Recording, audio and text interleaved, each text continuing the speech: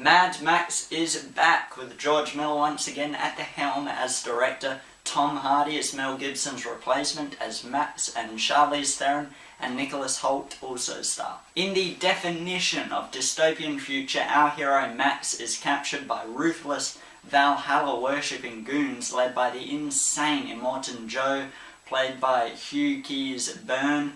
Now, he played the original villain in the original Mad Max movie, the very first one, the only other one that I've seen apart from this one. I have not seen The Road Warrior or Beyond Thunderdome, which I hear isn't as good. But yeah, in the very original Mad Max, Hugh Keys-Byrne played the bad guy Toe Cutter in that, and now he returns as the bad guy in this. How awesome is that? And in Fury Road, he looks like a cross between Bane, Beetlejuice and the Joker. Imperator Furiosa, played by Theron, is delivering a large portion of petrol to Immortan Joe, but she veers off course to deliver it someplace else and then escape to her homeland. Max is caught up in the middle of all this chaos.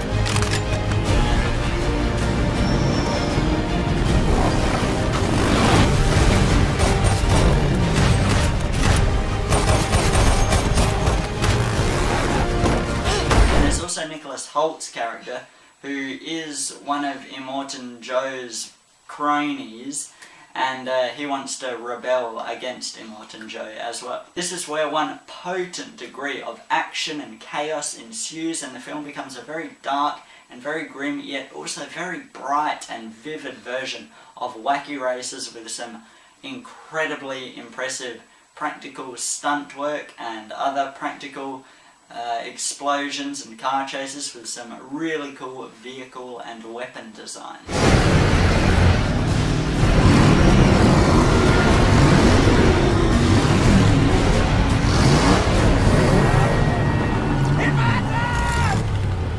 Immortan Joe! He looked at me! He looked right at me! He looked at your blood bag! He turned his head, he looked me straight in the eye! He was scanning the horizon! No! I am awaited! I am awaited in Valhalla!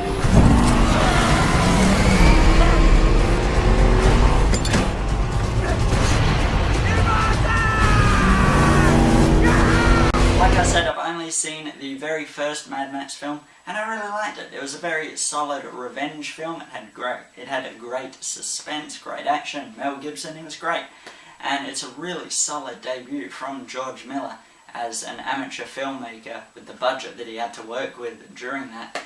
Now, I know that all film is subjective, everyone has sort of a different opinion, and no film could ever please everyone in equal portions. That being said, I hope I'm in the clear when I say that I didn't love this film, unlike seemingly everybody else. Now I'm going to get to all the good stuff first, and what made me super keen to see this film from the beginning was the cast. Tom Hardy is one of my favourite actors working today, and Charlize Theron looked great as the one-armed female warrior with a buzz cut. And Nicholas Hoult, the kid from About a Boy and Skins, playing this bold albino wacky looking guy with what looks like a car motor sort of burnt into his chest, tattoo style. If all that doesn't make you keen to see a film, then the chances are you probably don't have great taste. To be honest, as far as performances go, Tom Hardy was the most disappointing. He didn't sound at all really Australian, and he sort of mumbled through his 4 to 6 lines of dialogue, though he did really look the part. and his stunt double has my commendation.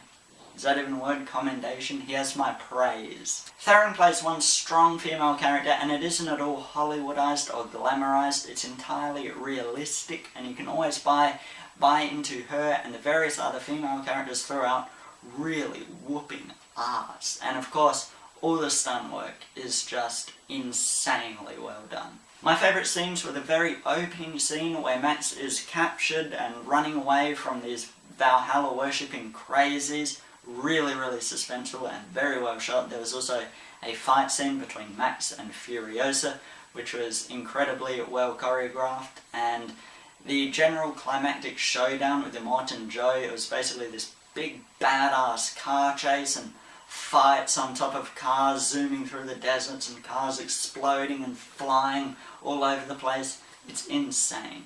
Some faults are that the beginning is a bit of a blur. It's very difficult to tell what's going on, who's attacking who, etc. And just the general fact that the film is so heavily focused on visuals and choreography and crazy practical stunt work, and that most character dynamics and sort of story arcs, character arcs, are kind of just swept aside into the dust. In my opinion, I think many are praising Mad Max Fury Road to be a lot more amazing than it really is. Yes, all the action is beautifully choreographed, and there are some truly sweaty palms gripping the seats, suspenseful scenes. Characters are always in constant peril and danger, but with the lack of any real sort of story, intrigue and character arcs, it just kind of averages out to a 6 out of 10 film for me. Thanks for watching, guys, and be sure to subscribe here, comment below, let me know how amazing you thought Mad Max Fury Road was, and yeah.